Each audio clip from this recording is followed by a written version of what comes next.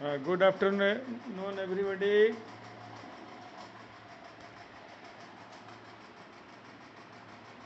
कोई बोलना नहीं, देखो बोलोगे तो दिक्कत आएगी, ठीक है ना। कोई मत बोलना, जवाब भी मत देना।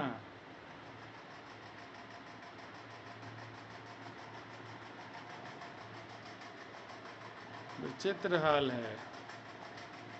Good afternoon everybody.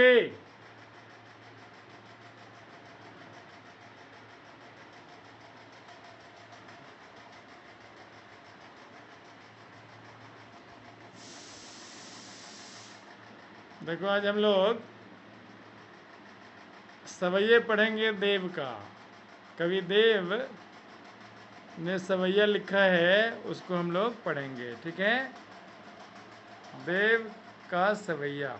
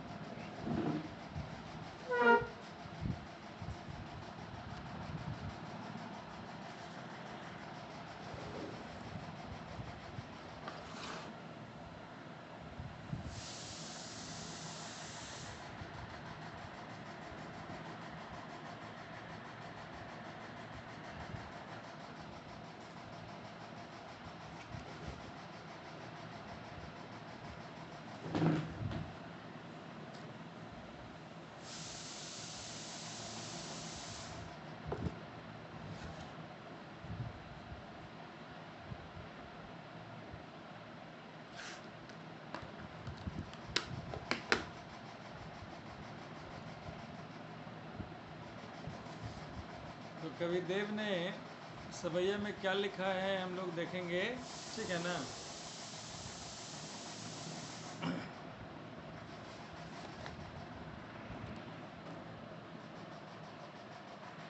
देव ने सवैया में क्या लिखा है उसको देखो।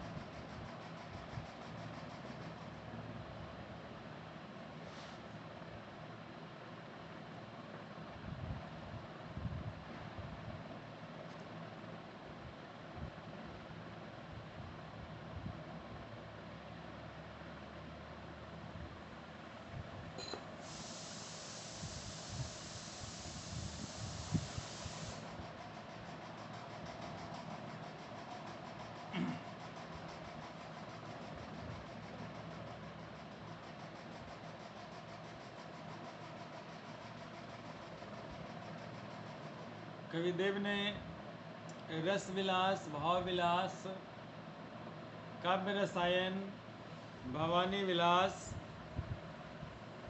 आदि इन्होंने लिखा है। इनकी रचनाएं हैं, इनके प्रमुख ग्रंथ हैं, माने जाते हैं। और उनकी मृत्यु 1767 में हुई। जन्म हुआ था 1673 में। उनके काव्य ग्रंथों की संख्या लगभग 52 है, 52 से 72 तक मानी जाती है, ठीक है। अब देव रीति काल के प्रमुख कवि हैं। भक्ति काल को आपने पढ़ा, सूरदास को पढ़ा, आपको याद होगा। सूरदास कृष्ण भक्त कवि हैं।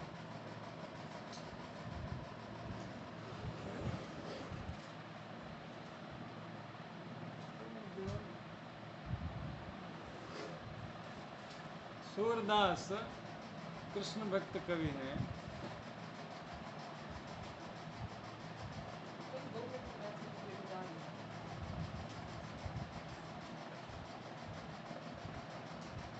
सूरदास कृष्ण भक्त कवि हैं।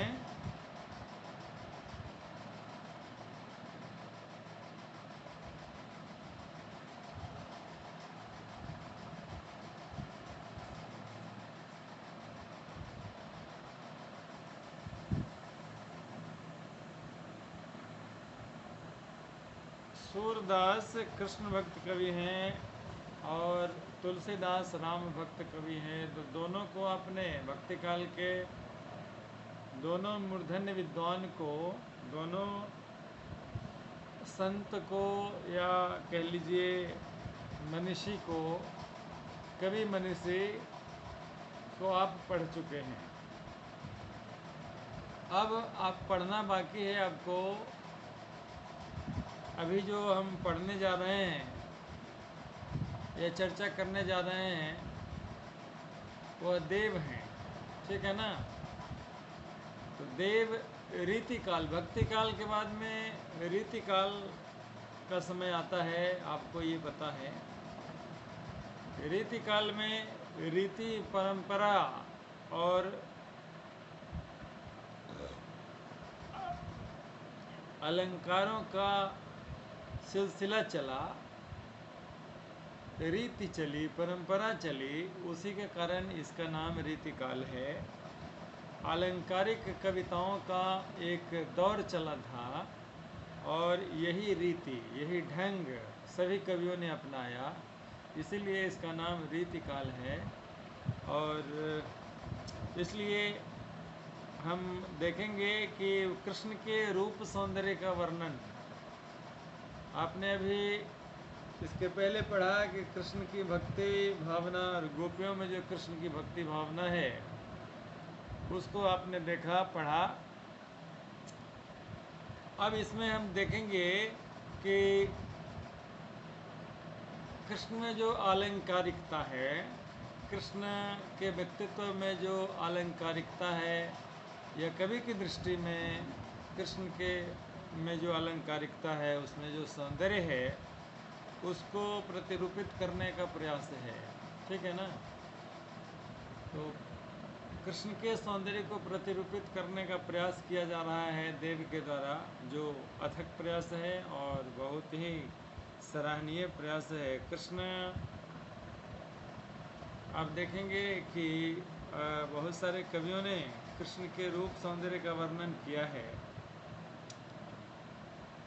कोई किसी रूप में किया है, कोई किसी रूप में किया है।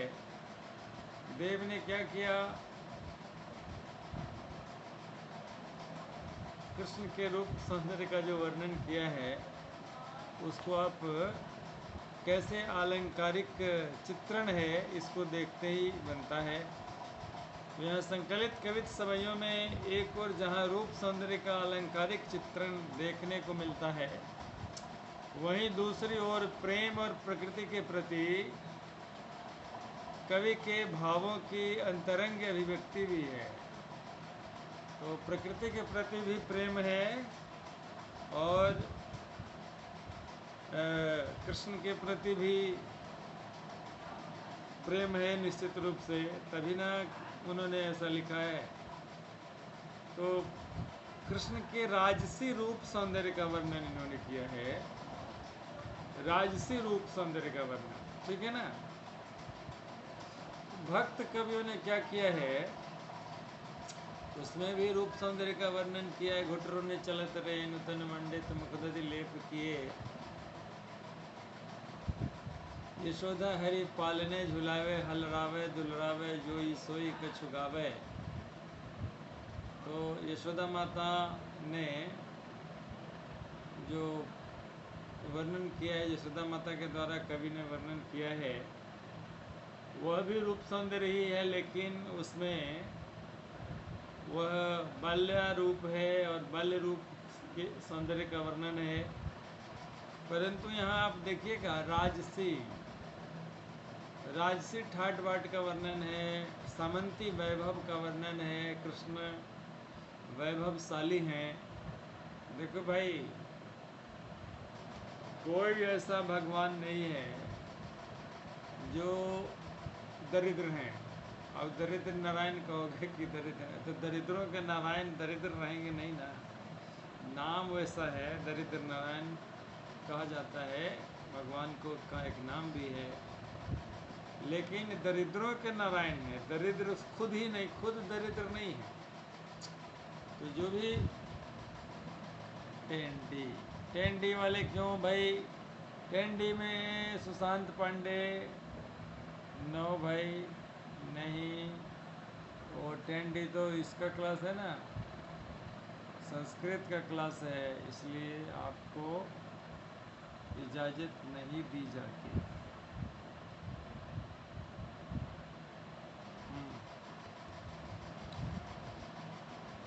तो राजसी वैभव का वर्णन है, आप इसको देखेंगे, वैभव सामंती वैभव का वर्णन है। दूसरे कवित्व में बसंत को बालक रूप में दिखाकर प्रकृति के साथ एक रागात्मक संबंध की अभिव्यक्ति हुई है। तो पहले सवैये को हम लोग देखेंगे, कवित्व की चर्चा बाद में करते हैं, पहले सवैया को हम लोग देख लेते हैं। तो प्रकृति से भी रागात्मक संबंध है कवि का, उस संबंध की अभिव्यक्ति हुई है। तीसरे कवित्व में पूर्णिमा की रात में चांद सितारों से भरे आकाश की आभा का वर्णन है तीसरे कवित्व में। और चांदनी रात की जो पारदर्शिता है, उसकी जो कांति है, चांदनी रात की जो कांति है, जो सौंदर्य है, उसका वर्णन देखने को मिलता है, उसका वर्णन हुआ है। सुशांत टेंडी वाला कोई शामिल नहीं ना हुआ जी, सुशांत पांडे ना। हाँ तो बेटा, दूसरे कवित्व में चांदनी रात की कांति को दर्शाने के लिए देव दूध में फेन जैसे पारदर्शी बिंब काम में लेते हैं। दूध में जो फेन होता है ना, फेन झाग जैसा निकलता है, उसी का वर्णन किया है, ठीक है ना। दूध में फेन जैसे, दूध में फेन जैसे पारदर्शी बिंब, वो पारदर्शी बिंब है जो आर पार देखा जाता है। पारदर्शी किसको कहते हैं? ट्रांसपेरेंट। तो दूध में जो झाग है वो पारदर्शी है, एकदम शीशे माफिक है। तो पारदर्शी बिंब काम मिलाते हैं, जो उनकी काव्य कुशलता का परिचय है। कुशल काव्य करने वाला, कुशल कविता करने वाला लोग ऐसा ही हुआ करता है, ठीक है। अब देखिए, पहले सवैये में हम लोग क्या देखते हैं। पहले सवैये में आप देखिए, किताब में भी है, कृष्ण के स्वरूप को आप देखो, कृष्ण के रूप को देखो, देख लिए। अरे कोई कुछ बोलता क्यों नहीं भाई? यस नो, कुछ नहीं, कोई आवाज़ नहीं आती भाई। कौन कौन है जरा देखें। अदिति, जानवी शर्मा, मानसी, प्रत्युष कुमार, तनिष्क, कोई कुछ नहीं बोलते हो। तनिष्क, हाँ, चैट में लिखने से नहीं होगा, बोलना चाहिए। ओ, क्लियर वॉइस नहीं है, कौन लिखता है? अच्छा, वॉइस क्लियर नहीं है, अच्छा ठीक है, देखता हूँ मैं।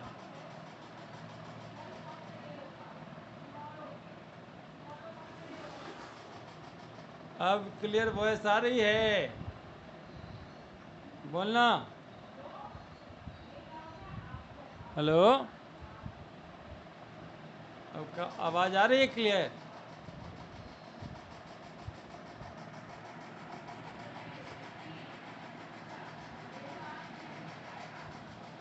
अब क्लियर आवाज़ आ रही है?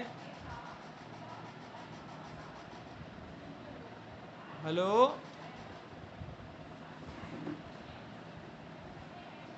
क्लियर आवाज़ आ रही है? कुछ नहीं बोलता।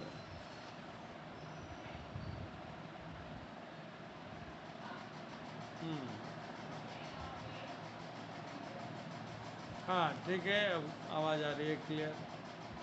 लिखते हो, बोलते नहीं भाई, क्या बात है, हैं? चलो ठीक है, देखो तो इसको आप देख रहे हो ना, ये देखो देखो, यहाँ देखो, कृष्ण का यह रूप दिख रहा है, सुंदर दिख रहा है कि नहीं? कृष्ण का ऐसा रूप सुंदर दिख रहा है, दिख रहा है कि नहीं दिख रहा है? यही सवैया हमें पढ़ना है अभी, यही सवैया, ठीक है।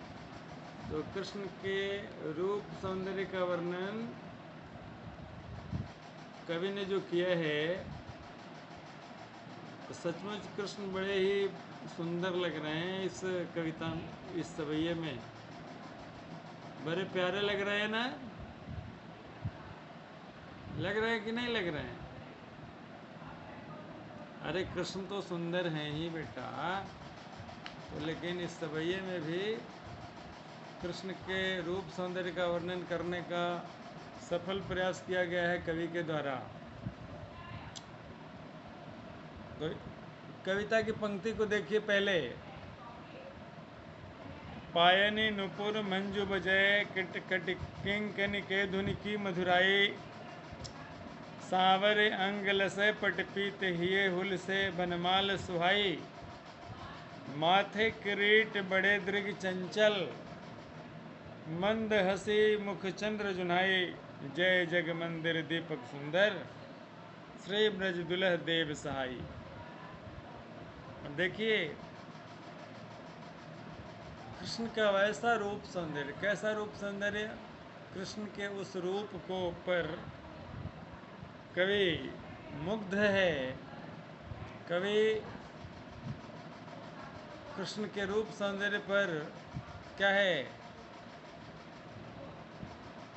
मुग्ध है, मैंने मुग्ध कहा ही, हतप्रभ है, बड़ा ही प्यारा रूप लग रहा है, उनकी आंखों को सुकून महसूस हो रहा है। कृष्ण का रूप सौंदर्य अद्भुत है ही, अनुपम है, कृष्ण स्वयं अनुपम है, तो वैसा रूप सौंदर्य तो किसी के पास होगा नहीं। देखिए बड़ी बड़ी आंखें हैं, नाक कितना सुंदर है, माथे पर किरीट है ना? पायन नुपुर मंजू बजय, पैर में नुपुर है, नुपुर मतलब घुंघरू लगा रहता है उसमें, पायल, नुपुर का मतलब तो पायल होता है, लेकिन कृष्ण क्या पायल पहनते हैं? वो घुंघरू वाला नुपुर पहनते हैं, ठीक है ना, जिसमें घुंघरू के बोल निकलते हैं, चलने पर घुंघरू की आवाज़ निकलती है, उसी को छोटे छोटा जो उसमें घुंघरू होता है उसका, उसकी लड़ियाँ बनी रहती है और चलने पर आवाज़ होता है, ठीक है।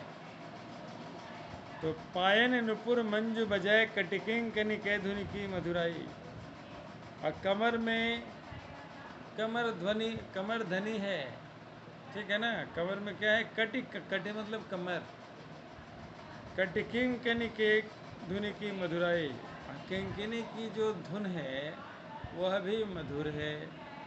कमर में जो काले धागे में पिरोए मोती के दाने हैं, उसकी जो आवाज़ है ना, वो भी मधुर आवाज़ है उसकी।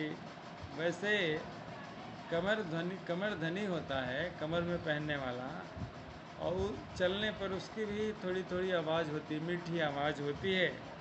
तो इसलिए कवि ने कहा कि कटि किंकन के धुनि की मधुराई, कटी में, कटी की आवाज़ कैसी है? मतलब उसके कमर धनी की आवाज़ कैसी है? मधुर आवाज़ है।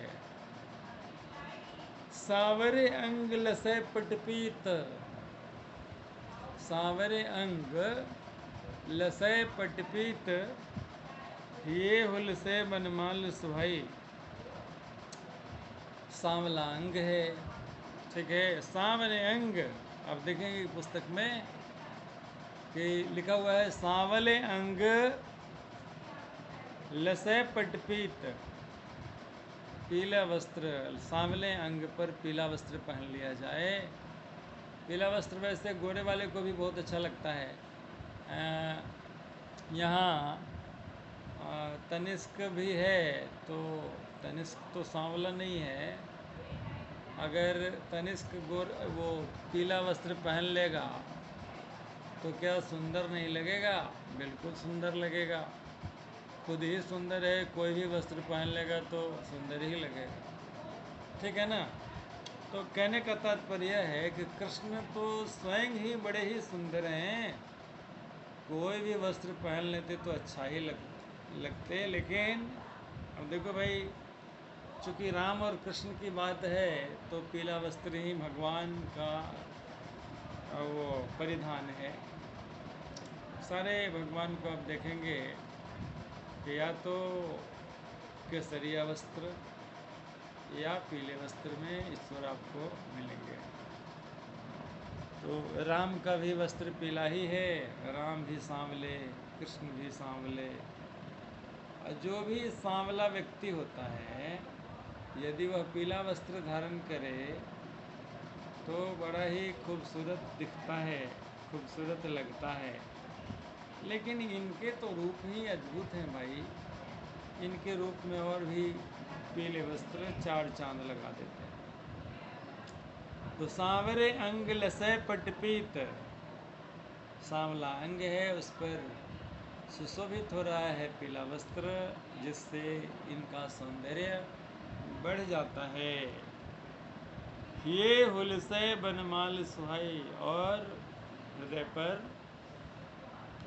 गर्दन से गले से लटकता हुआ हृदय पर वक्षस्थल पर क्या सुशोभित है? बन के फूलों की माला। बनमाल मतलब बन के फूलों की माला। अरे भाई, वन उद्यान, फूल क्या घर में खिलता है? तो जितने भी फूल खिलते हैं वनों में, जैसे ब्रज में जो फूल खिलते होंगे, उन फूलों के माला पहना करते होंगे कृष्ण। तो बनमाल ये हुल से बनमाल सुहाई, हृदय पर, वक्षस्थल पर, गले से लटकता हुआ हृदय पर माला सुशोभित है। आप देख रहे हैं ना, माला सुशोभित है। देखिए, इनका बहुत बड़ा माला है। ये देखिए, माला तो लग रहा है हृदय पर ही नहीं, यहाँ तक माला लटका हुआ है। देखो कितना बड़ा माला है ना? तो पूरा जो इनका रूप सौंदर्य है, उसमें माला और भी किसी किसी व्यक्ति को देखते हो ना, माला पहना देते। पंडित जी जाते हैं पूजा करने, अब माला पहना दिया करते हैं। ठीक है? तो माला पहनने से और भी व्यक्ति सुंदर दिखता है। ठीक है? माला पहन लेने से और सौंदर्य में वृद्धि हो जाती है। नेता सबको देखते हैं, वो कहीं जाता है तो उसका माल्यार्पण कर दिया जाता है, माला पहनाया जाता है, तो और भी सौंदर्य बढ़ता है। अब नेता की बात छोड़ो, कृष्ण का सौंदर्य तो बढ़ ही न जाएगा जी। कृष्ण कृष्ण है। तो ये हुल से बनमाल सुहाई। कभी आप भी जाओगे किसी मंदिर में और पंडित जी माला चढ़ाओगे भगवान को, पंडित जी आपको भी माला पहना देंगे, तो देखना आईने में जाकर कि माला पहनने से आपका रूप निखर जाता है। तो जब हमारा आपका रूप निखरता है तो कृष्ण का रूप कितना निखरता होगा आप समझ सकते हैं। रूप सौंदर्य में चार चांद लग जाता है उनके। तो ये हुल से बनमाल सुहाई, माथे किरीट बड़े दृग चंचल। माथे पर किरीट मतलब होता है मुकुट। माथे किरीट बड़े दृग चंचल। दृग मतलब आँख, दृग का मतलब आँखें बड़ी हो। हाँ, देखते हो ना, जिसकी आँखें बड़ी होती है उसका चेहरा बड़ा प्यारा लगता है, हैं? अब देखिए, जिनकी आंखें बड़ी होती है, अब देखो भाई, अपने बस की बात तो है नहीं आंखें बड़ी होना, है ना? अब मेरी आंखें छोटी है तो इसमें मेरा क्या दोष है? भगवान ने जैसा भेजा है वैसा मैं हूँ, ठीक है। तो खैर, God made by all things bright and beautiful, है ना। All things bright and beautiful God made by, ये मानकर हमें चलना है। कहीं से भी हीन भावना, रूप और कुरूप की हीन भावना व्यक्ति को नहीं होना चाहिए। अगर आप रूपवान हैं, सुंदर हैं, तो आपको और भी सुंदर कार्य करना चाहिए, ठीक है ना। कृष्ण कितना सुंदर सुंदर कार्य कृष्ण ने किया है। राम ने कितना सुंदर सुंदर कार्य किया है।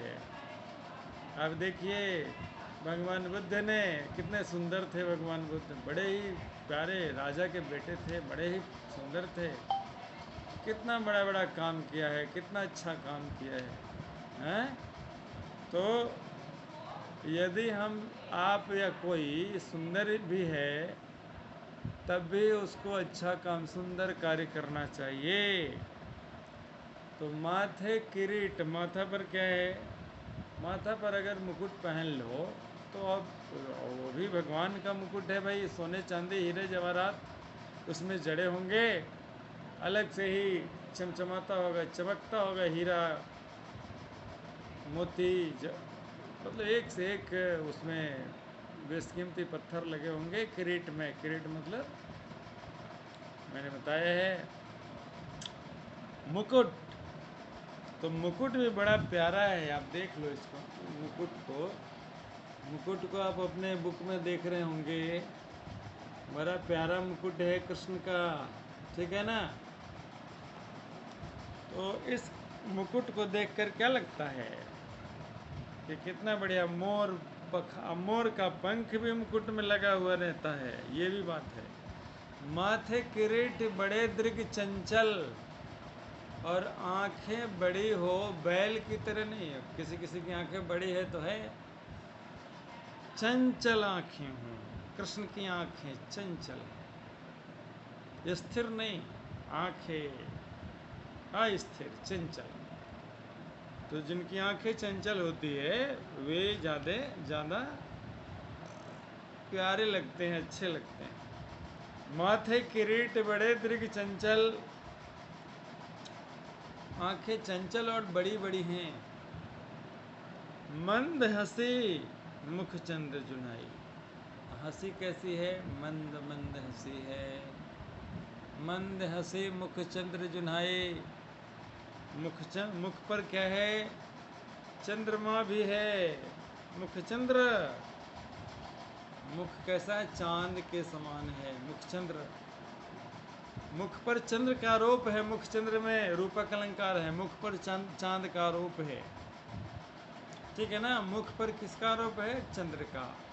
मुख चंद्र जुन्हाई, जो बड़ा ही अच्छा लग रहा है मुख, मानो मुख जो है चांद है, चांद, मुख पर चांद का आरोप है। मुख चंद्र, कृष्ण कैसे हैं, मुख कैसा है उनका, चांद के समान।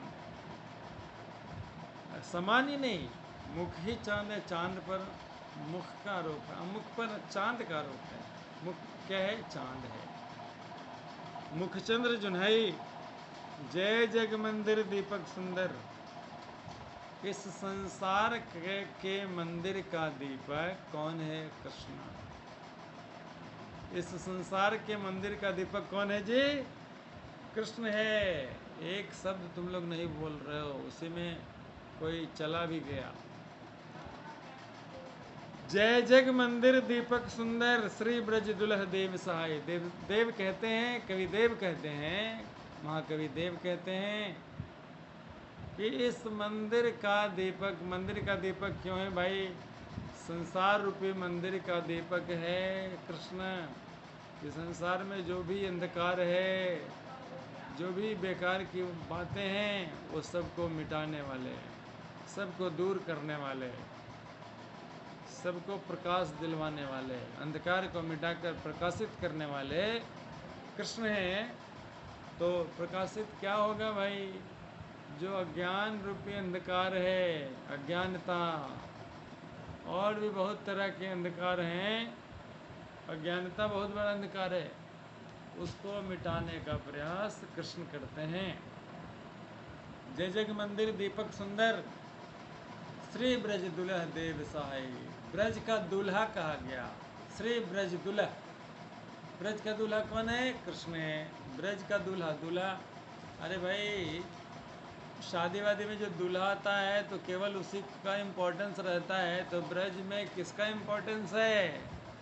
ब्रज में किसका महत्व है? सबसे सर्वाधिक महत्वपूर्ण व्यक्ति ब्रज का। जैसे ही ब्रज का नाम लिया जाता है कृष्ण याद आते हैं दूसरा कोई याद नहीं आता। जैसे ही ब्रज प्रदेश का नाम लिया जाता है कि ब्रज, वैसे ही कृष्ण की याद। ब्रज से कृष्ण का सानिध्य है, मतलब पूरा वो, जैसे दोनों एक दूसरे के पर्यायवाची है। कृष्ण को का नाम लीजिएगा तो ब्रज भी आ सकता है, नाम नहीं भी आ सकता है, लेकिन ब्रज का नाम लेते कृष्ण की याद आ जाती है। तो इतना इम्पोर्टेंस है ब्रज दुल्हा। ब्रज का दूल्हा कौन है? कृष्ण है। मतलब ब्रज में सबसे ज़्यादा महत्वपूर्ण, बाराती में सबसे ज़्यादा महत्वपूर्ण कौन होता है? दूल्हा होता है जी। दूल्हा आ गया, बस दूल्हा की गाड़ी आ गई, हो गया। उसी तरह से ब्रज में अगर कृष्ण नहीं है तो ब्रज बेकार है। जैसे ब्रज का नाम लेते ही कृष्ण की यादें आती है ना, तो इसलिए कवि ने ब्रज का दूल्हा कहा। दूल्हा सबसे महत्वपूर्ण व्यक्ति होता है, इसलिए ये ब्रज का दूल्हा है। ब्रज में सबसे महत्वपूर्ण ही है, नहीं? और चूँकि पुरुष भी हैं इसलिए दूल्हा कहा, ठीक है ना? तो ये सबके सहायक हैं, सबको सहायता पहुंचाने वाले हैं। सहाई हम सभी के सहायक हैं, सबको सहायता पहुंचाने वाले हैं। इस संसार रूपी मंदिर के दीपक हैं, जो सब पूरे संसार को प्रकाशित करने वाले हैं और सबका सहयोग करने वाले हैं, सबकी सहायता करने वाले हैं। ऐसे कृष्ण को देव अपने मन में बसाकर रखना चाहता है, ठीक है? अब हम लोग, अगर टाइम समाप्त होने वाला है, अब टाइम समाप्त ही हो गया, तो इसके प्रश्नोत्तर पर चर्चा हम लोग करेंगे बाद में। फिर कवित्त 2 पढ़ेंगे और फिर तीसरा पढ़ेंगे दूसरे दिन। अब हम लोग विदा लेना चाहेंगे आपसे। मैं तो विदा लेना चाहूँगा, आप क्या करना चाहेंगे उसको बताइए।